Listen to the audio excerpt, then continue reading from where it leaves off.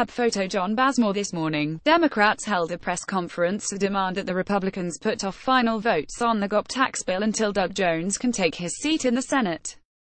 It would be wrong for Senate Republicans to jam through this tax bill without giving the duly elected senator from Alabama a chance to cast his vote, said Senate Minority Leader Chuck Schumer. You will be shocked to learn that Mitch McConnell and other Republicans are unpersuaded. Instead, Jones's win has only made it more urgent that they pass their tax bill immediately.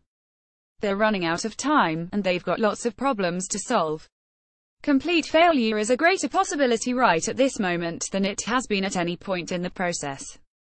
Which is why it isn't surprising that this just happened. House and Senate GOP leaders have forged an agreement on a sweeping overhaul of the nation's tax laws. That paves the way for final votes next week to slash taxes for businesses and give most people tax cuts starting next year. Top GOP aides say the deal was reached on Wednesday. They spoke on condition of anonymity because they were not authorized to speak publicly about the deal. Details still need to be drafted and assessed by congressional scorekeepers, but the final House-Senate compromise is on track to be unveiled this week. Details are sketchy at this point. It's been reported that they may lower the top tax rate from 39.6% to 37%, and that people may be allowed to deduct $10,000 of state, local, or property taxes. Not as much of a tax increase for those in blue states than we thought, but still a hit. Those are just a couple of hundreds of decisions they'll have to make, and it seems pretty obvious that Doug Jones' victory freaked them the heck out. They're in a panic to pass a tax bill while they still can. That means, first and foremost, passing the bill before Jones's victory gets certified by the state of Alabama, which the Secretary of State says won't happen before December 26. As of now, Congress is scheduled to leave for its holiday break on December 22, next Friday. Once they return and Jones takes his seat, they'll have only a 5,149 advantage in the Senate, meaning they can lose only one vote. Sen. Bob Corker, of Tennessee, already voted against the Senate version of the tax bill, so if he doesn't change his vote, that would mean they couldn't lose any others. But what emerges from the conference committee will inevitably move in the direction of the House bill, which is of cruel provisions that punish middle-class people in order to help corporations and the wealthy.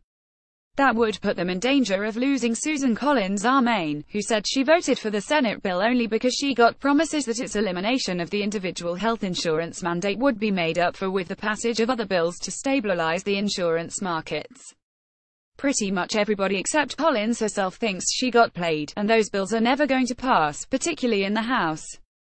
She's coming under huge pressure to change her vote, and let's not forget that this is already one of the most unpopular pieces of legislation in history. But if they can pass the bill by next week, they can lose Corker and Collins and still have a 5,050 tie, which Vice President Pence would break. That's still a high-risk strategy. While it's possible that the compromise bill will remove some of the more horrifying provisions, it's certain to retain many of them, and perhaps insert some new ones that make it even more clear who wins and who loses. All of that will be the subject of plenty of news reports as journalists and experts pore over the details, which will likely serve to make it even less popular than it is now. That makes it all the more urgent for Republicans to pass it this week, no matter how much of a turkey it is.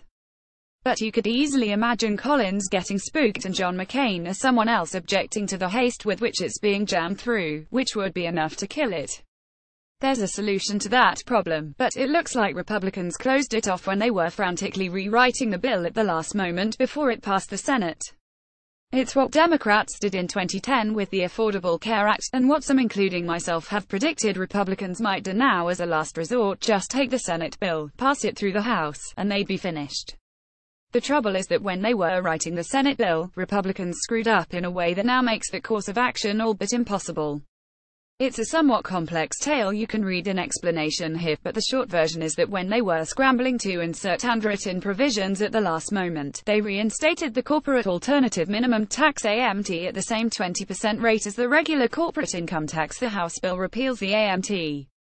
That means that corporations wouldn't be able to reduce their taxes any lower than 20%. They wouldn't be able to take advantage of the road credit or any of the other delicious loopholes that remain in the code. So the Senate half inadvertently removed as much as $300 billion in corporate tax cuts they wanted to dole out. Keep in mind, cutting corporate taxes is the centerpiece of this whole bill. Since this problem was identified, Republicans have been saying that they'll figure out how to eliminate the corporate AMT and still make the numbers work out. But this mistake means that they won't be willing to default to the version of the bill that passed the Senate. Which means it's the conference committee bill or nothing.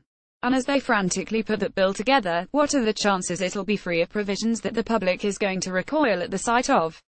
Writing a gigantic, sweeping reform of the tax system in just a few days might enable you to pass it before opposition can coalesce and mobilize, but it also might cause just enough relatively sane senators to want to hit the pause button.